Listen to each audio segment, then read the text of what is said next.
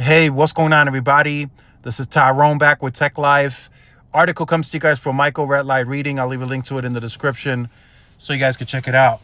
So, a Verizon executive presented this morning at a conference, and he's saying that he thinks the MVNOs have peaked. In other words, discussing their cable deals, which Verizon will always claim is accretive to their business.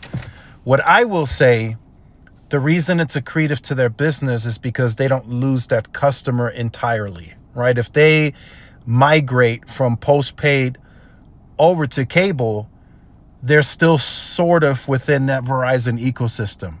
Now, the only downside, cable is not paying Verizon anywhere near what that customer was paying being with Verizon directly. While at the same time, Verizon still takes on the same amount of usage. Whatever they were using on the Verizon network when they were on Verizon postpaid is what they're going to use, more than likely being on a cable player that still uses the Verizon network. So nothing really changes from that perspective. Verizon will still have to invest the same amount into the network. They will still have to densify the same. Nothing changes from the usage pattern, but what does change, right, is the amount of money Verizon will make off of that customer. But the reason it's still accretive to Verizon is because they don't lose that customer entirely, right, if that makes sense. So I don't think, personally, this is my view, I don't think MVNOs have peaked. I just don't see that being the case, especially if it's an MVNO that's not carrier owned. As the carriers, right, the mobile network operators continue to increase price, which they have been and will continue to do, right? That's no secret. They're going to continue to do this. That presents opportunity for the MVNOs, especially as cable expands their broadband services and they offer more of this bundling and they become aggressive. They're naturally still going to take lines. That is not going to stop. Right? Cable is not all of a sudden going to stop and say, hey, we're going to charge all of you guys Verizon postpaid pricing, and that's the end of story. That's not going to happen. And at the same time, we will very likely see more MVNOs that are not carrier owned come to market. Mint Mobile is owned by T-Mobile now.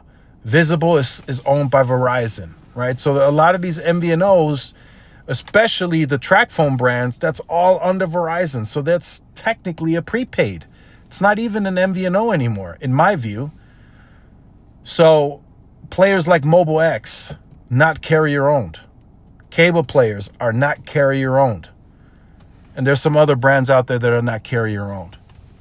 But to say that I think they've peaked, that is just wrong, right? Because you got to look at the economy. You got to look at numbers. You got to look at what has happened since, cable has started and all these MVNO players. The value segment is on fire right now.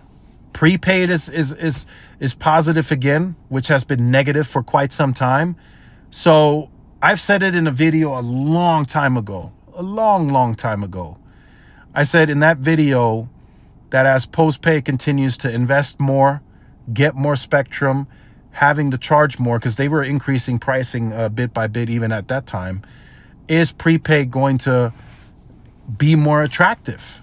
And that's what it looks like is happening. Prepaid and just the price itself is gaining more notoriety because people are looking for the value segment.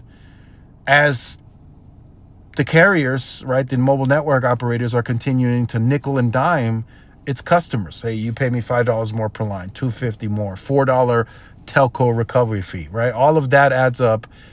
Customers are taking notice and they're shopping more now. If you look at the carrier's churn, people are shopping more now than they've ever have before, right? The carriers churn are consistently in the same ballpark. I don't care if one is cheaper than the other, or not cheaper, but lower than the other. They're consistently in the same ballpark. So they're increasing price, and every time they do, they create shoppers an opportunity for MVNO players. So I don't think they've peaked. I don't think personally they're anywhere close to peaking. If you look at how quickly cable is catching up on market share and the opportunities that they still have, right? One, I got to point it out, the Charter and Cox merger. If that gets approved, those are more addresses that Charter Spectrum is going to be able to sell into wireless. I don't recall Cox having that ability. If they do, correct me in the comments or let me know. I don't know if they have that ability today where they sell you a cellular service on the lines.